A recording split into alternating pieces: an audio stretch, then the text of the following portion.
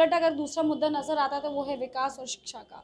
शिक्षा सबसे पहले, क्योंकि जितनी धांधलेबाजी होती है वो अक्सर बिहार में होती है, जितनी अच्छी चीज़ें होती वो भी अक्सर बिहार में होती। तो हम ये इसी मुद्दे को लेकर, एक पार्टी है जो अक्सर अभी, या यूँ कहें कि उभरती हुई पार्टी, बहुत अभी कम लोग इसलिए कहूँ कि बिहार के बाहर के लोग अक्सर नहीं जानते।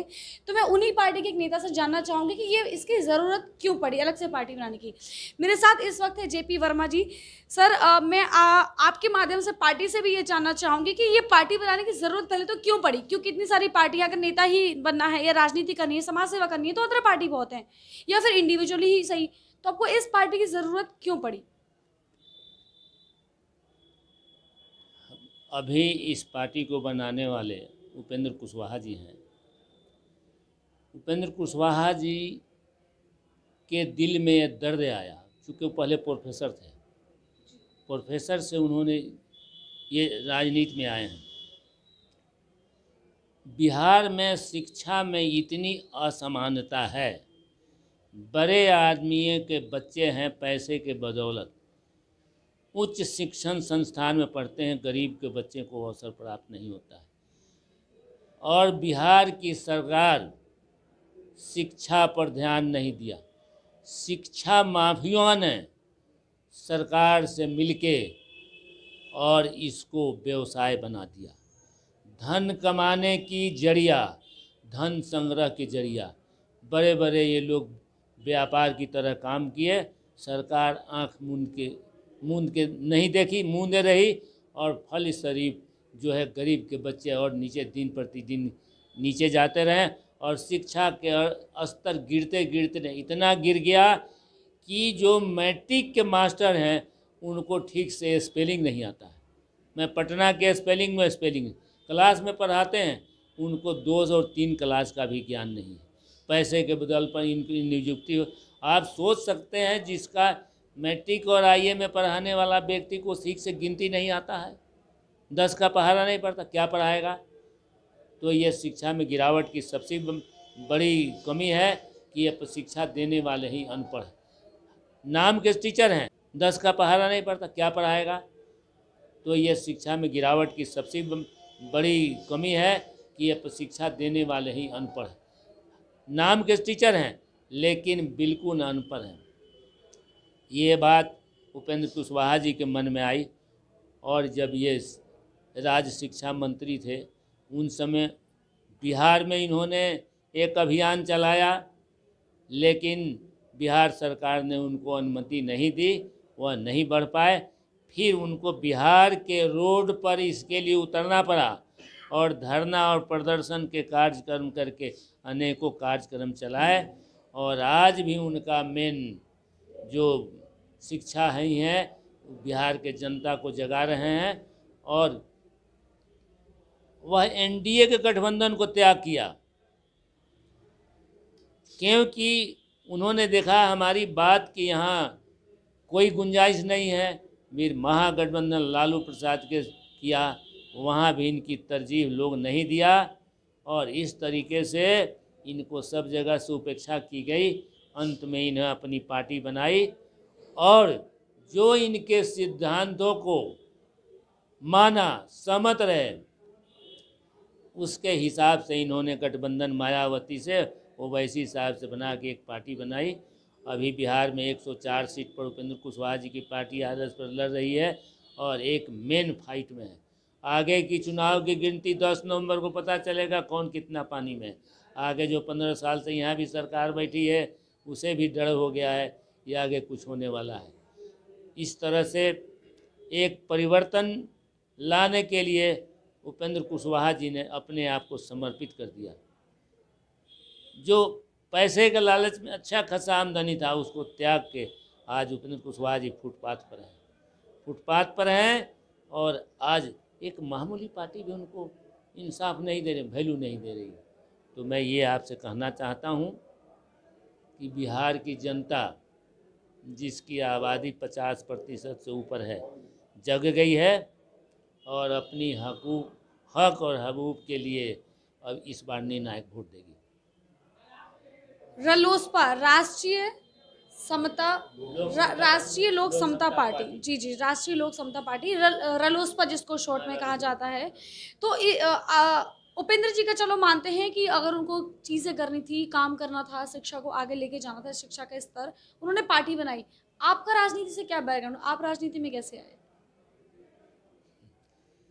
मैं लिए अब इस बार निर्णायक वोट देगी रलोसपा, राष्ट्रीय लोक समता पार्टी, जी जी, राष्ट्रीय लोक समता पार्टी, रलोसपा जिसको शॉर्ट में कहा जाता है। तो उपेंद्र जी का चलो मानते हैं कि अगर उनको चीज़ें करनी थी, काम करना था, शिक्षा को आगे लेके जाना था, शिक्षा का स्तर, उन्होंने पार्टी बनाई। आपका राजनीति से क्या बैकग्राउंड, आप राजनीति में कैसे आए? मैं 70 से ही मैं उपेंद्र कुशवाहा से 10 साल बड़ा हूँ उम्र में। जब हायर सेकेंडरी में पढ़ता था उपेंद्र कुशवाहा का जन्म हुआ था। तो मैं एक किसान हूँ, मेरा मूल पेशा खेती है, और वहाँ हमने देखा कि सबसे ज़्यादा किसान की उपेक्षा हो रही है। किसान जितना मेहनत करते हैं उसको किसान दिन प्रतिदिन किसान गरीब हो रहे हैं, धनवान हो रहे हैं, क्योंकि कांग्रेस की सरकार या भाजपा की सरकार किसी ने किसानों के सुधी नहीं। सारे चीज़ों पर मूल अंकित है, प्रिंटेड कपड़ा पर मूल अंकित है, मेडिसिन पर अंकित है, सारे चीज़ों पर मूल अंकित है, लेकिन किसान के चीज़ों पर मूल कहाँ सरकार अंकित कर रही है? किसान घाटे में जा रहे हैं। आलू प्याज की सब्जियां से गवर्नमेंट इसको मूल निर्धारित करे, परचेज करे। इन सब बातों के, खाद के बिना, पानी के अभाव, बिहार एक ऐसा अतिवृष्टि, अनावृष्टि, फ्लड और सुखाड़ से किसान त्रस्त होते गए और लोग खेती छोड़ के भागते गए। तब मेरे मन में किसानों के लिए, खेती छोड़ के मैं भागूंगा क्या, तब किसानों के लिए मुझे दिल में दर्द आया और मैं राजनीति में, अपना पढ़ाई छोड़ के राजनीति में आ गया। और तब से आज तक मैं राजनीति में हूँ। और मैं नीतीश कुमार को भी साथ दिया, लेकिन नीतीश कुमार भी एक मनमाना जिद्दी नेता, उतना जिद्दी नेता हो नहीं, मनमाने तरीके से अपने को चलाया।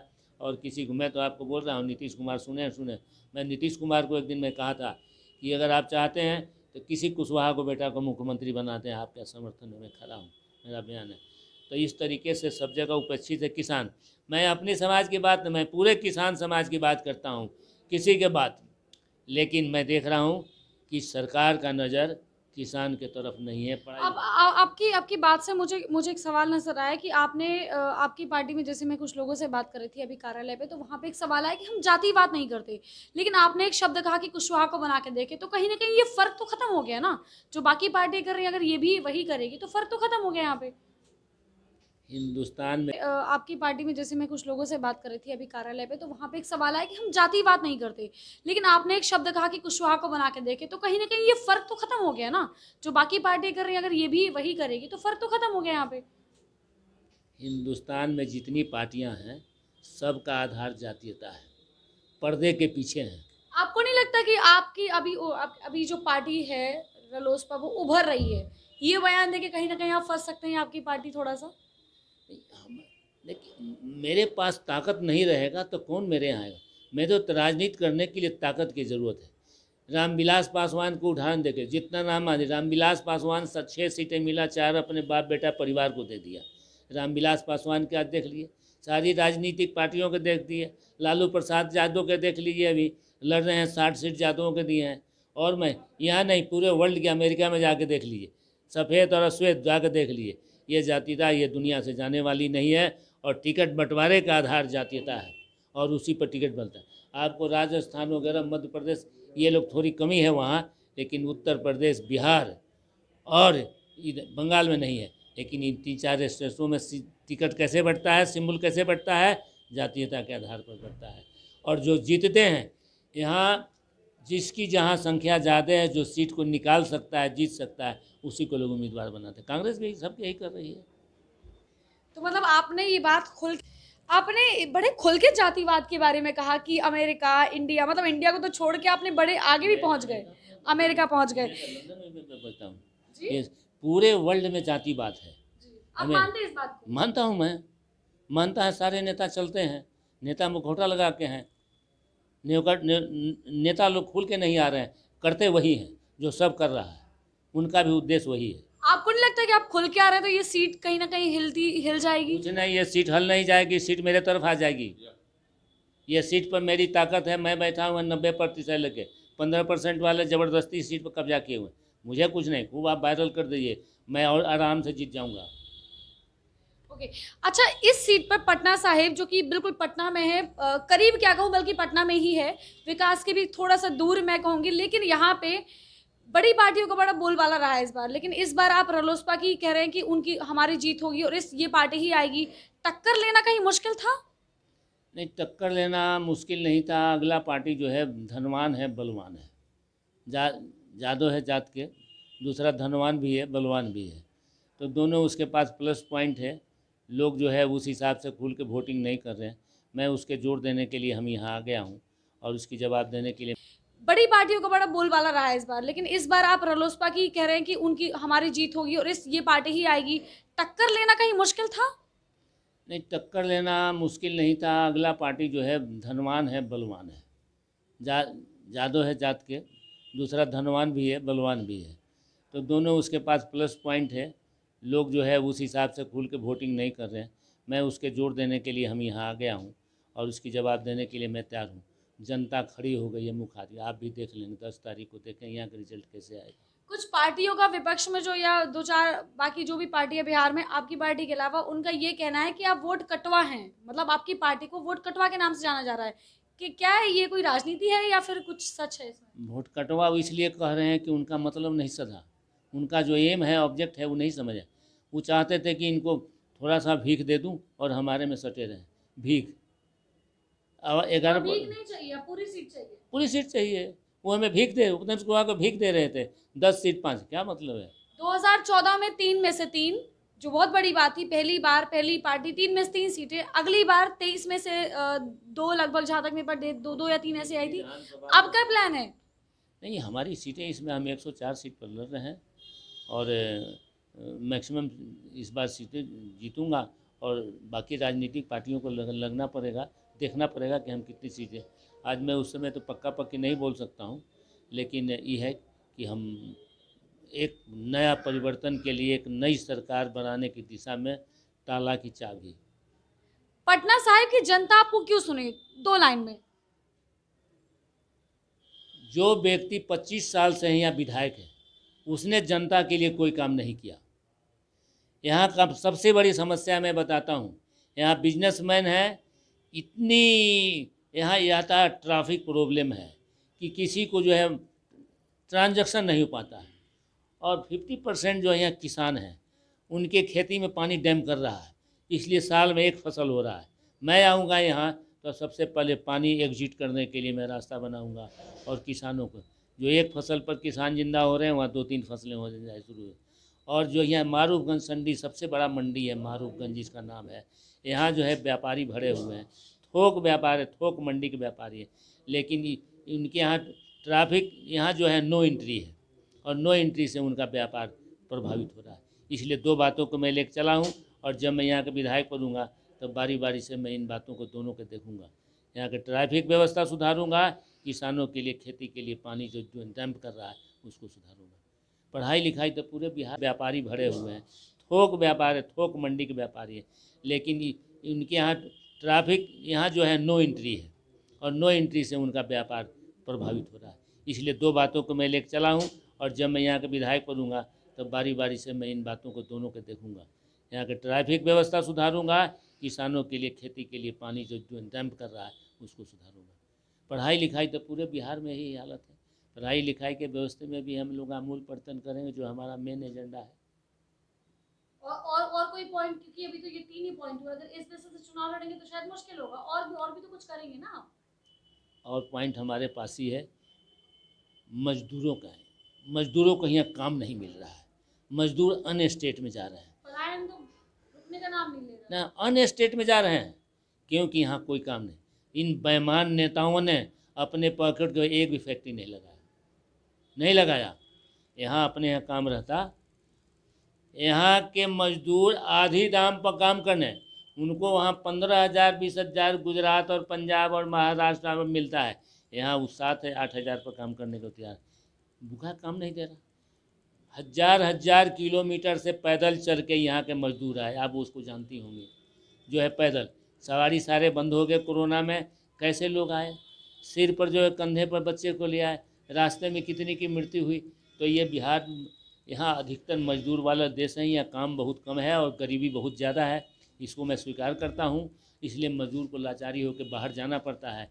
तो मैं ये कह रहा हूँ कि दूसरा मुद्दा है कि जो यहाँ काम उद्योग धंधे, छोटे छोटे कुटीर उद्योग लगाए जाए, छोटे छोटे कुटीर उद्योग, जैसे लोहार को काम दिया जाए, बढ़ई को काम दिया जाए, रंग वाले को काम दिया, पेंट करने धागा बुनने वाले को काम दिया जाए, ये छोटे से घरेलू उद्योग करें तो ये यहाँ सारे मजदूर रह जाएंगे।